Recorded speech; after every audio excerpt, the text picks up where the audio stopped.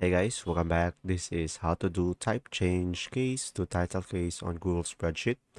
So first one, let's say I'm gonna go put a words over here. As you can see, this is all lowercase.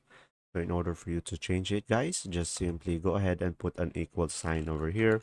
Just simply type in upper and click on this one. And from here, just simply select a text. And after that, just simply close the parenthesis and enter.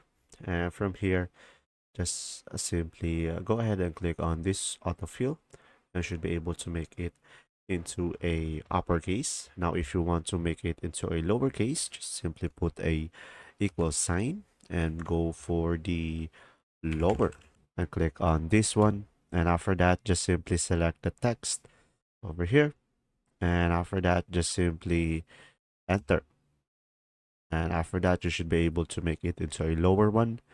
And if you want to make the changes down below, just simply click on this one and drag it down below. Now, if you want to make it a first letter uppercase, just simply put an equal sign, go for proper, and click on this one.